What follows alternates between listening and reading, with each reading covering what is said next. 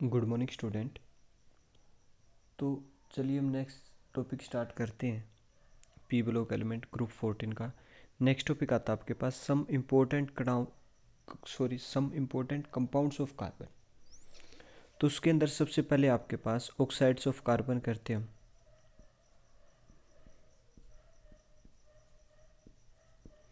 और oxides of carbon के अंदर हमारे पास देखिए कार्बन काफ़ी ऑक्साइड्स बनाते हैं। वैसे तो मेनली आप कैसे दो पढ़ते हो आप, carbon monoxide and carbon die oxide, these are stable. But कुछ और ऑक्साइड्स भी है जो अनस्टेबल होते हैं या फिर कह सकते हो लेस स्टेबल होते हैं। जैसे कि कार्बन सब ऑक्साइड से उनको पहचाना जाता है आपके पास, जैसे कि C3O2, C5O2, C2O हो गया आपके पास, C12O9 हो गया, C12O9 C2O हो गया, और एक आपके पास C2O3। ये जो सब ऑक्साइड होते हैं ये लेस स्टेबल होते हैं। तो हम दो ही ऑक्साइड्स पढ़ेंगे आपके पास, carbon mono and carbon die oxide. तो उसके अंदर फर्स्ट आता है आपके पास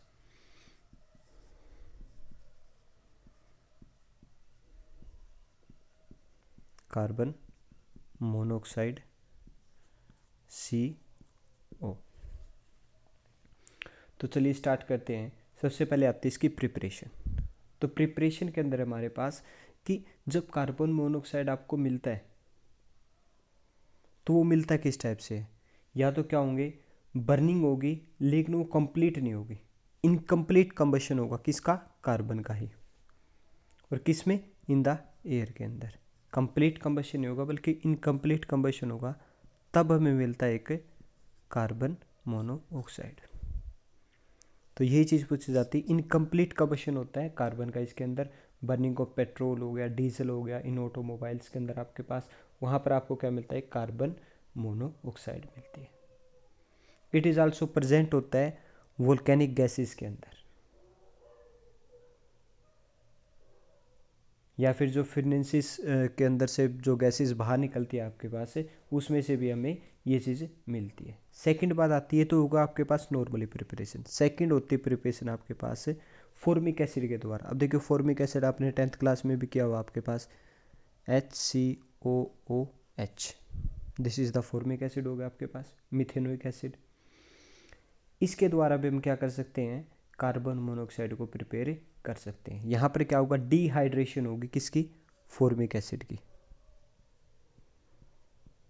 डिहाइड्रेशन फॉर्मिक एसिड की, तब हमें क्या मिलता है, एक pure carbon monoxide plus water,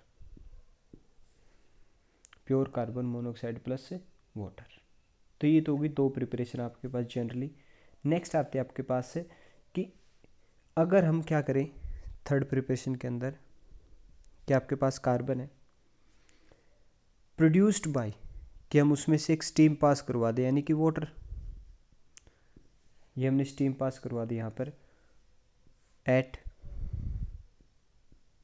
473 kelvin to 1273 kelvin up to, तब हमें एक प्रोड्यूसर गैस मिलती है।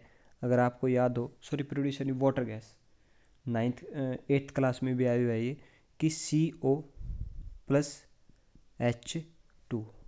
ये होती है आपके पास वाटर गैस। तो वाटर गैस के अंदर दो चीज़ें होती है, carbon monoxide and hydrogen gas. तो यहाँ से हम इसकी प्रिपरेशन कर सकते हैं स्टीम को पास करवा के, किसमें, कार्बन के अंदर।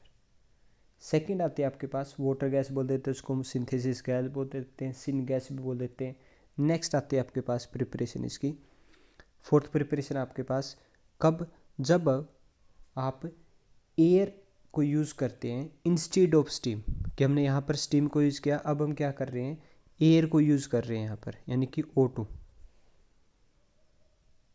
अब एयर को जब आप यूज़ करोगे तब हमें एक चीज़ मिलती है प्लस नाइट्रोजन। अब देखिए एयर के अंदर तो नाइट्रोजन भी होती है और क्या होती है, ऑक्सीजन भी होती है, तो दोनों ही चीज़ें यूज़ करेंगे आपके पास,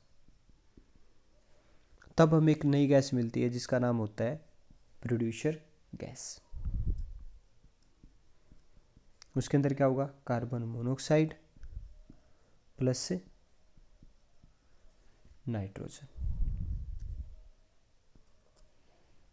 plus nitrogen, carbon monoxide plus nitrogen. तो ये आपके पास क्या हो जाएगी, प्रोड्यूसर गैस।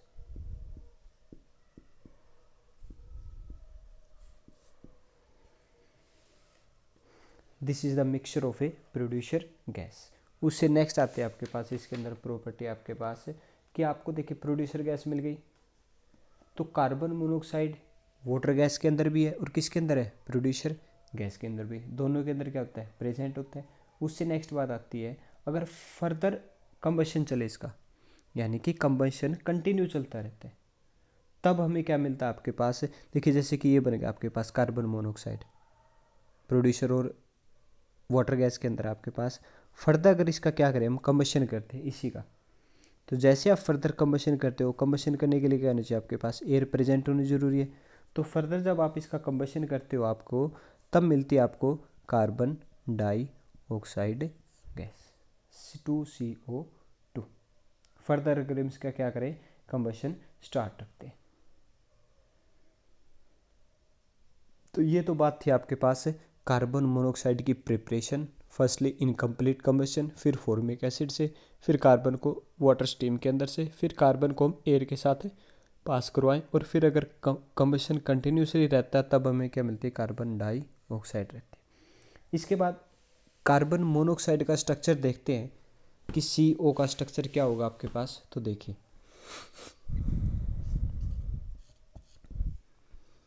अब CO का स्ट्रक्चर बना होगा कार्बन ऑक्सीजन, इसके पास 4 वैलेंस इलेक्ट्रॉन होते हैं टोटल, इसके पास टोटल कितने होते हैं, 6 होते हैं।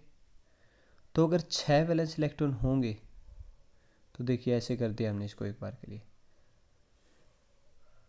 तो यहाँ पर हमारे पास टोटल 6 वैलेंस इलेक्ट्रॉन है। अब अगर इसके पास टोटल 6 वैलेंस इलेक्ट्रॉन है आपके पास, देखिए एक बार इस स्ट्रक्चर में ही देखिए आप, यहाँ पर आपके पास जो स्ट्रक्चर दे रखा है इसको हम यहाँ पर ले लेते हैं, ये चीज़ बन गई। अब देखिए 2 4 6 8, ये तो ऑक्टेट कंप्लीट करा, बट 2 4 6 ये कंप्लीट नहीं कर रहा ऑक्टेट अपना कंप्लीट। तो तब ऑक्सीजन क्या करता है, जो मोर इलेक्ट्रॉन नेगेटिविटी है ये क्या कर देता है, इलेक्ट्रॉन्स को कोऑर्डिनेट। अब जैसे ही ये चीज़ करेगा, अब देखिए क्या बना आपके पास, कार्बन ऑक्सीजन, एक क्या आ गया आपके पास, कोऑर्डिनेट बॉन्ड हो गया आपके पास। अब देखिए 2 4 6 8 2 4 6 8, तो दोनों का ऑक्टेट भी क्या हो चुका है हमारे पास, कंप्लीट हो चुका आपके पास। तो दिस इज द स्ट्रक्चर। अब अगर ये चीज़ हुई है, देखिए इसके पास इलेक्ट्रॉन थे, इसने क्या किया है, अपने इलेक्ट्रॉन यहाँ पर डोनेट किए, तो इसके ऊपर कैसा पॉजिटिव चार्ज एक्सेप्ट कहाँ से हो रहे हैं, ये चीज़ हो रही है आपके पास। तो this is the carbon mono oxide structure, ये इसका कंप्लीट स्ट्रक्चर हो जाएगा। अब हाइब्रिडाइजेशन निकालोगे आप दोनों का ही, देखिए 1 2, हाइब्रिडाइजेशन में लोन पेयर को काउंट किया जाता है, बॉन्ड पेयर को एक ही बार काउंट किया जाता है आपके पास। तो SP ऑक्सीजन का 1 2, तो यहाँ पर भी क्या हो जाएगा, SP। तो दोनों का जो हाइब्रिडाइजेशन होगी वो क्या हो जाएगी आपके पास, HP हो जाएगी। उससे नेक्स्ट बात आती है इसके अंदर, उसके बाद कुछ इसकी प्रॉपर्टीज़ है। देखिए डाइपोल मोमेंट बोला गया है कि इसका लो होता है, तो ये चीज़ ध्यान रखनी है आपको कि जो डाइपोल मोमेंट है वो बोला इन्होंने जो लो होता है, reason due to back donation. अब बैक डोनेशन किसकी हुई है, देखिए ऑक्सीजन ने ही किया है, क्या किया, इलेक्ट्रॉन्स को डोनेट कर दिया, कोऑर्डिनेट बॉन्ड या फिर डेटिव बॉन्ड हमारे पास बना है। कलरलेस होता है, ऑर्डरलेस होता है आपके पास, वाटर के अंदर काफ़ी कम सोल्यूबल होता है, यानी कि स्लाइटली सोल्यूबल बोल सकते हैं। उसके बाद आती है इसकी एक पॉइजनस नेचर आती है भाई। अब वो क्या आती है आपके पास कि जो कार्बन मोनोऑक्साइड को बोला गया है काफ़ी ही पॉइजनस गैस बोल सकते हैं आपके पास, हाईली टॉक्सिक होता है इन नेचर के अंदर। रीजन क्या होता है आपके पास कि जब ये हेमोग्लोबिन के अंदर होता है HB प्लस CO, तब क्या बना लेता है आपके पास है, कार्बोक्सी हेमोग्लोबिन।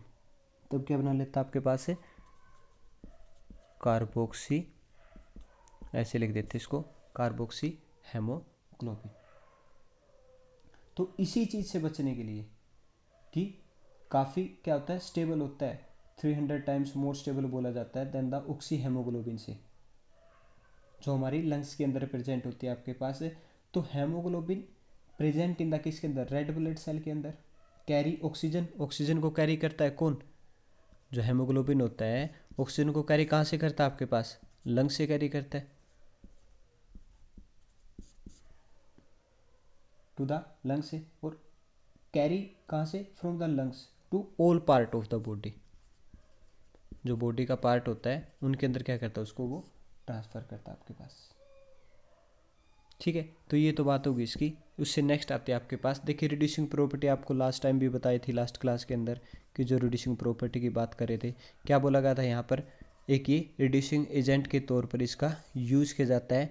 क्या करता है ये आपके पास, कि जो मेटल ऑक्साइड होते हैं, जो भी आएगा आपके पास यहाँ पर एक्स वाई लिख लेते हैं आपके पास, मेटल ऑक्साइड को किसके अंदर, extraction of a metal oxide, metal from the metal oxide, वहाँ से इसको क्या करता है ये एक्सट्रैक्ट करता है, तब इसका यूज़ किया जाता है एज ए रिड्यूसिंग एजेंट के तौर पर। काफ़ी ही स्ट्रॉन्ग रिड्यूसिंग एजेंट इसको बोला गया। इतनी चीज़ हमें इसके अंदर ध्यान रखनी है। उससे नेक्स्ट आती है इसकी property, formation of a metal carbonyl. देखिए फॉर्मेशन ऑफ मेटल कार्बोनिल क्या है,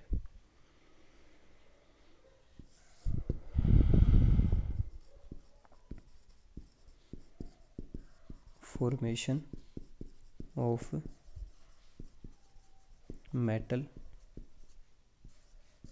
कार्बोनिल। अब क्या आता है आपके पास फॉर्मेशन ऑफ, कि combustion with the many transition metal, sorry combine with the many transition metal. Transition metal कौन से होते हैं, डी ब्लॉक एलिमेंट। एग्जांपल ले लेते हैं जैसे निकल, ये रहा आपके पास कार्बन मोनोऑक्साइड, तब इसको हम क्या बोलते हैं, कार्बोनिल के तौर पे नाम दिया जाता है इसका। क्या बनेगा आपके पास, NiCO4, जिसका नाम होता है निकल टेट्रा कार्बोनिल। तो ये चीज़ बोली गई है कि formation of a metal carbonyl, ये चीज़ बोली गई इन्होंने। और भी बहुत एग्जांपल आपके पास, जैसे कि Fe5CO2 give the FeCO5, iron के साथ भी हो सकता है आपके पास। ठीक है, हाँ। अब नेक्स्ट बात आती है आपके पास, कि अगर जो निकल कार्बोनिल बना आपके पास, ये रहा आपके पास निकल कार्बोनिल, इसको अगर फर्दर हमें क्या चाहिए भाई, निकल की ज़रूरत पड़ जाए, ठीक है, तो वहाँ पर कैसे करेंगे, कि nickel carbonyl is used for purification of a nickel. देखिए स्टार्टिंग कहाँ से होती है, निकल से, क्या बना आपके पास, निकल कार्बोनिल। क्यों प्रोसेस यूज़ की जाती है, फर्स्ट स्टेप ये होता है इसका। सेकंड स्टेप क्या होगा आपके पास, निकल कार्बोनिल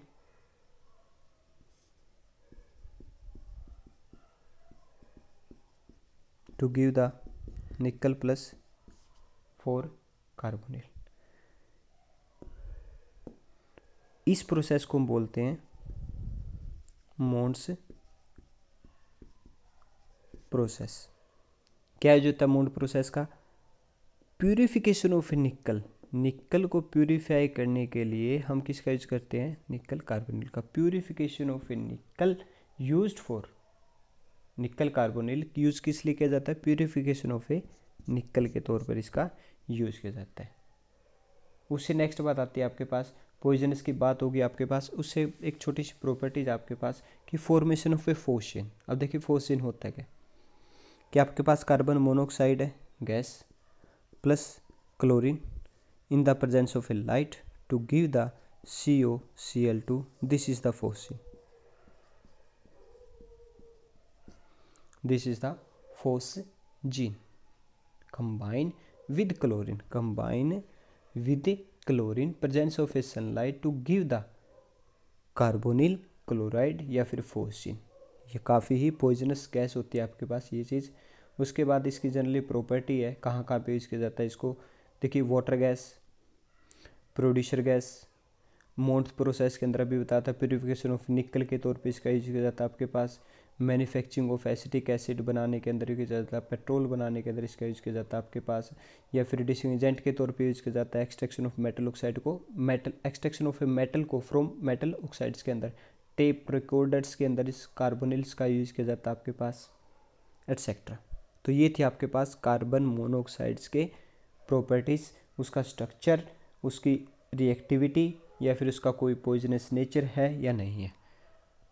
थैंक्स। कल फिर स्टार्ट करेंगे इससे next oxides of A carbon.